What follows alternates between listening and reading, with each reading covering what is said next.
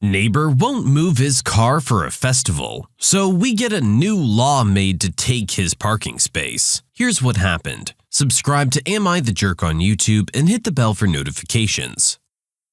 This happened on January 26th of last year, and only today was the comeuppance done. Not by me, but by the committee of the society where I live. This drama conveniently happened in front of my window. In my city, the residential complexes are managed by housing societies much like the HOA system in the USA, just not as horrible. Each society has their own committee to manage day-to-day affairs. Also, as my society has much more parking spaces than it has cars, it has no designated parking spots allotted to the residents. Anyone can park their vehicle wherever they want, but it must be a marked parking spot. People mostly park their cars in the same parking spot just because of convenience and habit. Everyone mostly respects each other's spot, and I've never seen any confrontations happening because of the parking. So for those of you who don't know, the 26th of January is the Republic Day of India, and all over the country the day is celebrated by flag hoisting ceremonies in the morning. The flagpole of our society where the flag hoisting ceremony will be held is just in front of the main gate of the society. There are 2 parking spaces just under the flagpole. All other parkings are further away from the main gate, and you have to walk some distance to reach there from the main gate. The thing to note is that these 2 parking spots are very convenient for all the flats, which are facing this flagpole. However, out of respect, people have left one of these spots open for an elderly person whose flat faces the flagpole, and the other spot is taken up by an annoying kind of person who never moves his car from this space, else someone will steal his spot. If this person ever wants to get into his car, he has to walk just a dozen feet from his front door. On the evening of the 25th of January, committee members asked this person to move his car for a day so that the decorations and other arrangements for the next day's flag hoisting can be made. Someone had already moved the car of the elderly person. However, the annoying guy was too frustrated about moving the car and first argued a lot with the committee people, saying that there's no such rule in the society rulebook that someone has to move their car for any kind of festivities, and if you want to move his car, you'll have to write a rule in the rulebook. After a lot of arguments and interference of other people, he finally moved his car. The decorations were done in the night, and the next day a small but beautiful ceremony was held. And the evening of the 26th, everyone in the society received a message that there was an emergency meeting of the committee. The rule book has been amended, and it's been decided that those 2 parking spots have to be converted into 1,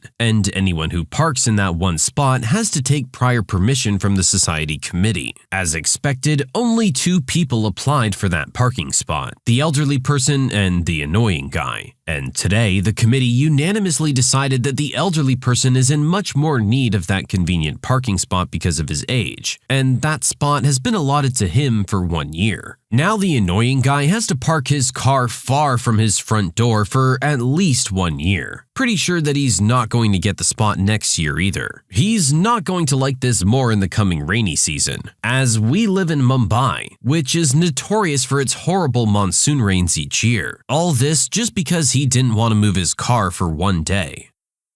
I mean, you get what you give, right? If you're gonna be a jerk about it and not give up the spot at all, they'll just take it away from you in one way or another. There's been a general consensus and respect among the individuals living in this society. You seem to be the only person that wants to be a jerk about it and do their own thing. You know what they say, the nail that sticks out gets hammered. If you're not gonna be nice and play along with everyone else, they're not gonna go out of their way to make your life easy either. You asked for a rule, you got a rule. Maybe next time be careful what you wish for. You can submit your own stories to be featured here on the channel. The story submission link is in the description below. And if you want to listen to some vibey music in the background, check out easymode, also linked below. And don't forget to subscribe. My boss wants me to notify her anytime I leave my desk, so that's exactly what I do. Before I get into the story, I realize there are jobs where notifying your boss when you have to leave your desk or post is a normal practice. However, that was not the case at this job. We had top secret clearances and handled collateral secret equipment and sensitive encryption key material on a regular basis. They assumed we were adults and generally treated us as such. Also, the fallout isn't juicy, but the story's funny to me. I was an airman in the Air Force working in ComSec. It's difficult to fully explain this job to people who have never done it, but the short version is glorified inventory management with penalties for messing up, including but not limited to prison time. We were working out of a temporary facility and not all of us in ComSec could fit in the secure room, so we were spread out in multiple offices. Myself and my direct supervisor shared a small office, while my NCOIC, or manager, was in a different one. One day, I did what all civilized humans do at least once a day and went to use the restroom. I came back and my supervisor said Sergeant Smith was looking for me, so I went to her office. "Yes, ma'am, you wanted to see me?" Why weren't you at your desk? "I was just using the restroom, ma'am." You need to be at your desk at all times, and when you're not, you need to let me know. "Yes, ma'am." At the time, besides email for computer communication, we were using Skype. It was common practice in that office to send quick messages to each other over Skype, so I made sure to let her know every time I left my desk using Skype, just as she ordered me to. Every bathroom break, every drink from the water fountain. I even notified her I was leaving my desk to come talk to her after she told me to come talk to her. Every single time. If I left my desk, she was notified. "Ma'am, I'm getting up from my desk to grab a Form 16 from the printer." Why are you using a printer in a different room? "I'm not, but I have to leave my desk to retrieve it." That was the last straw. She had enough. She told me to stop telling her when I leave my desk except when I leave for lunch. I mean, you can't get mad at the guy for complying with what you asked him to do. What you asked was just ridiculous. He just had to actually follow through with what you were saying before you actually realized how ridiculous it was. I get that bosses need to keep tabs on their employees, but this is excessive. People need to use the bathroom or get up occasionally. Just because you happened to walk into the room during the couple minutes they were gone doesn't mean they're slacking and blowing off their job and taking 20 minutes in the bathroom. Give people a little credit. Entitled mother sticks her head through my service window and tries to steal old lady's ice cream. I worked at a little ice cream shack over the summer. We get some entitled, rude people, but this is the best story I have from there, and the most memorable. It was my 4th day on the job, and I had just finished training. My boss, we'll call her Kate, was watching as I took an order for a dad and his around 9-year-old girl. They were the first in line. The dad gets a milkshake and the daughter gets a soft serve ice cream. No big deal. I get the order out just as we get the 7 p.m. rush, which happens every day. Kate and I take orders and make them like crazy, trying to move as fast as we can, because there are about 10 people in line. We get down to the last few people and she was just handing out someone else's order. In the middle of me making a hot fudge sundae, a woman sticks her head through my window and starts yelling her order at me. I give the response that I would be happy to take her order once I finish the one I'm already on and to please wait outside. I hand out the first sundae and she pushes an old lady who was part of a group I took the order of and who was waiting for her ice cream out of the way and starts telling me her order. I said I had to finish my order I was already on, and she starts going on about how it's ridiculous to make her and her son wait in line for this long. I ignored her and tried to continue to make this poor old lady's sundae, and the mom tries to fricking take it. I pulled it back inside fast enough, told the old lady to have a seat and I'd be right with her, went out the back door and personally brought it out to her with a spoon and some napkins. I ignored the entitled mom as I went back in, almost running into Kate, who had just handed out her last order. I came around to my window and the woman starts yelling at me about how rude I was to her and her son. I still haven't even seen her son, so I assumed he was in her car. The old lady she pushed out of the way was laughing at her from the table. Kate looks the mom dead in the eyes through her window, leans over the register, and closes the window while she's still yelling. She said, "That's enough of that, no one treats my workers that way," and began cleaning up, completely ignoring the still screaming woman outside. The old lady came up to the window again once the mom had stormed off and handed me a $5 tip. "You're one of the sweetest girls I've met around here. Don't mind what anyone else says." That's the end. The rest of the night went smoothly and we got about $40 total in tips that night. I don't know what it is about a lineup that makes wild Karens go crazy. I think it reminds them that they're just a frickin' person like anyone else, and that humbles them a little too much, and they don't really like that. I get that you don't want to stand around and wait. If that's the case, go about your day. If you want an ice cream at this time, this is the line you have to wait in. All these other people were here first and also want ice cream. What makes you so special above everyone else? Just shut up, get in line, and be happy with your ice cream when you get it. Don't try and snatch some old ladies. That's gotta be the lowest move there is. HOA tells me I can't have white rope lights to celebrate Christmas. Okay, then get ready for an explosion of color. About 20 years ago, my wife and I had just gotten married and we rented a condo where all the windows and sliding door faced the parking area. My wife, to celebrate our first Christmas as a married couple, put a white rope light on the railing of our 2-foot grilling area. It was a nice little gesture. That night we went out to dinner and when we came home, found a letter under our door. The letter read, All holiday lights must be removed immediately from the exterior portion of the condo. Christmas or other religious lighting is against HOA policy, and failure to remove can result in fines and other legal actions. My wife felt horrible, and I couldn't believe it. The owner of the condo had left a copy of the HOA regulations, and I found a nice little loophole. Apparently, they could regulate lights on the exterior balcony and grilling area, but not lights inside the condo. Game on. I took my wife immediately to the big box hardware store and picked up 2 fake Christmas trees, about 2,000 colored lights, and whatever holiday decoration I could find. Our condo had 3 windows and a sliding glass door. I filled up each one of those windows with lights, crisscrossing around the inside of the perimeter of the window, and one had the LED ball hanging in the center. The sliding door had the Christmas tree in full view, completely covered in lights and ornaments. The sliding doors were also full of Christmas lights. My electric bill must have tripled. When you came into the condo parking lot, you saw a beacon of light full of Christmas spirit. You probably could see the condo from orbit, and nothing could be said by the HOA snitch. Apparently, at the next board meeting, a proposed rule change was brought up to limit the amount of holiday lighting being shown through windows. It was quietly pointed out by another HOA board member that was an attorney that you probably couldn't regulate activities inside a person's dwelling. I moved out before the next year, but I never received another notice. It sounds like the original decorations were very small and tasteful. There wasn't anything crazy or disturbing going on there. It's a really petty thing to complain about. But little did they know that our original poster was even more petty. They wanted to go above and beyond to show their Christmas spirit, and that they definitely did. In my mind, I'm just picturing a wall of lights over the window, which is way more obnoxious than one tiny little string of white lights. Maybe next time, just let people have their little humble celebration. There's no need to be taking that away from people.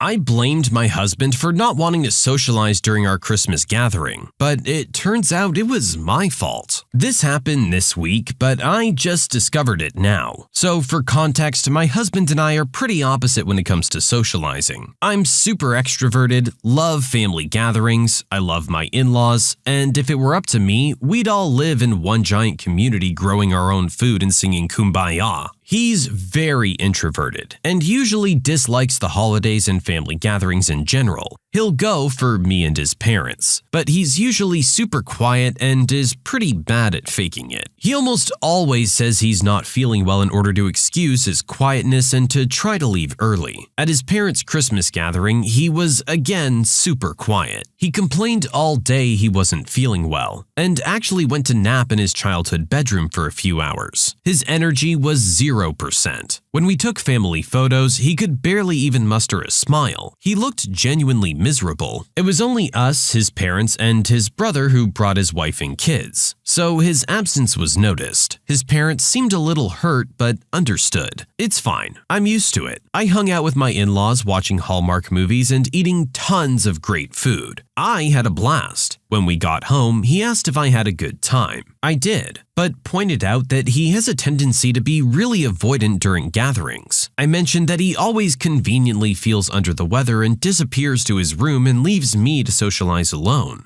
It's becoming a trend, and he should examine why he suddenly feels so unwell every time we visit his parents. He was pretty upset and said he was trying, but he really did feel exhausted. Well, this morning I woke up and made some coffee but could not wake up. I felt so tired and I just wanted to go back to bed. I went to go make a second cup and realized I had bought decaf coffee by mistake. I didn't notice because I also get Starbucks when we go out. My husband usually only drinks coffee from home. Now I have to apologize.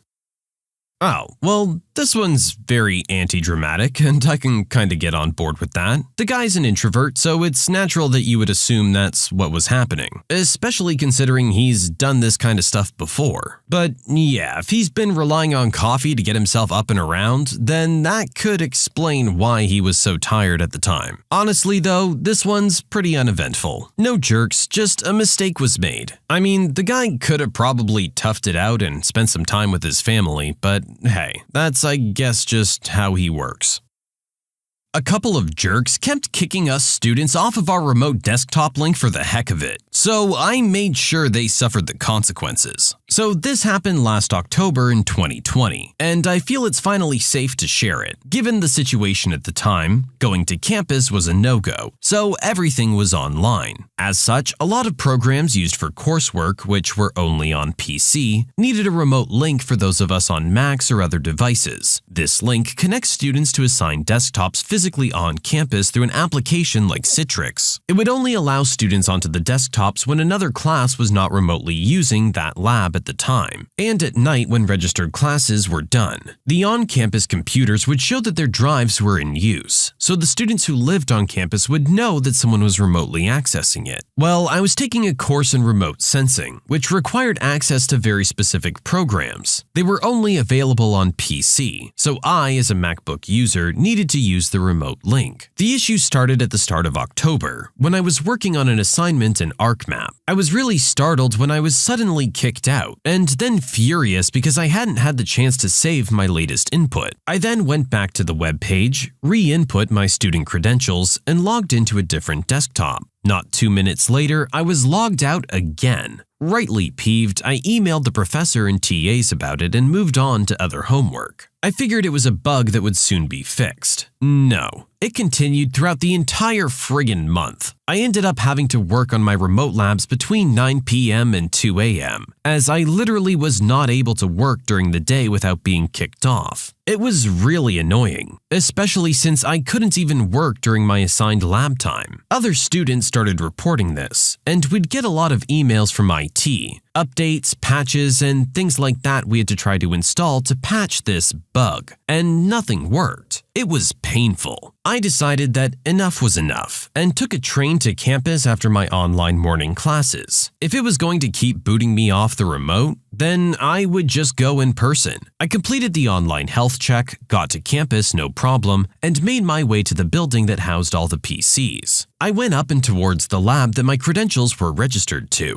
I'm gonna be honest, I wasn't expecting what I saw, but I sure was ticked. Through the windows into the lab, I saw two guys going from PC to PC, logging students off. At first, I couldn't believe it, and then I got furious. They were laughing about screwing with hardworking students. I'll call them dumb and dumber. That's when I decided to get some payback. I pulled out my phone and placed it beside the window, and it was partially hidden by the trash bin inside the classroom, recording them and what they were doing. They didn't notice me, thank God, and I got onto my laptop remote linking to my phone. I then got onto every university social media page and started to live stream the video from my phone. I put a title along the lines of "Found the bugs kicking students off remote desktop." It didn't take long for fellow students to take notice of it, and it went viral within 30 minutes. Names were soon put out, as Dumb and Dumber were recognized, and there was a lot of hate in the comments. Even campus police replied, asking for the location. I was all too happy to give it. It was then I saw on the stream that Dumb pulled out his phone and he started freaking out. He noticed the stream and that it was live. I quickly rushed to grab my phone and retreat. and that's when Dumber rushed out the door and friggin' tackled me. We started brawling. It was self-defense as he kept attacking me to grab my phone. Then I saw Dumb going for my laptop, which was hosting the stream, which was still being recorded from my phone. So I kicked Dumber between the legs while elbowing him in the neck before jumping on Dumb. To be honest, I don't really know what happened next, but I do remember campus police having to pull me off Dumb. Apparently, I had full body tackled him away from my laptop and he had punched me in the face. Then, apparently I grabbed onto his carry-on bag and bashed him over the head with it, accidentally cracking his laptop. Oops. So anyways, the fight was broken up and we were all taken down to the campus police office. To make a very long story short, I got a relative slap on the wrist for my part of it. Had to do some on-campus community service, but my record was kept clean, thankfully. I wasn't charged for the fight or the laptop, as I was able to prove self-defense, and that they hit me first and tried to destroy my property intentionally, which made it worse for them.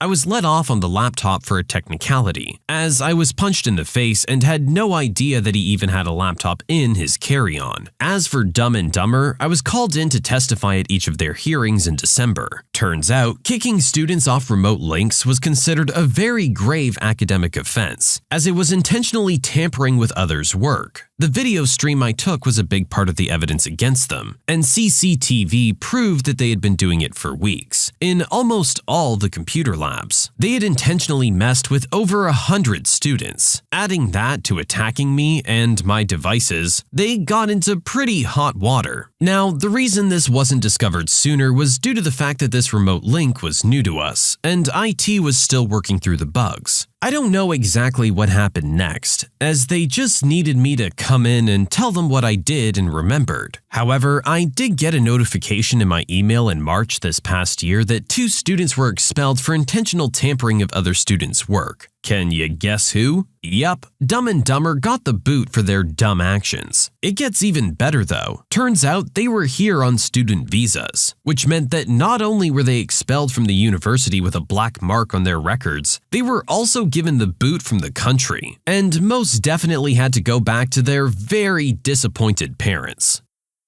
Yeah, the school's gonna take that kind of thing very seriously. That's essentially the same as taking someone's project or important paper and just ripping it in two. You've messed with someone's hard work. That doesn't just go unpunished. I get that you think it's funny and harmless just walking around clicking X on all the little windows, but these students have paid for this education and are already having to jump through hoops by remote linking in. They're counting on getting a good grade in that class so they can get the good job that they really want. Don't be a jerk and get in the way of that because you see an opportunity to have a chuckle.